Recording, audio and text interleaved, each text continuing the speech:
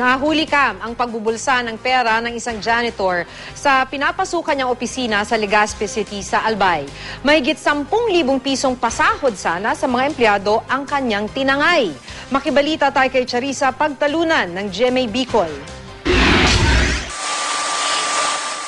Sa kuha ng CCTV camera ng isang construction firm sa Legazpi City, Albay, makikita ang lalaking animoy nakikiusyoso sa ginagawa ng mga kasamahan sa trabaho. Janitor siya sa nasabing kumpanya. Lingid sa kaalaman ng mga kasamahan niya, may iba palang pakay ang janitor. Sa footage, makikita ang pagbulsa ng lalaki sa bugkos ng pera na nakapatong sa isang mesa. Ayon sa HR Department Head ng opisina, mahigit 10,000 piso ang halagang nakuha. Pangsweldo sana ito sa mga empleyado.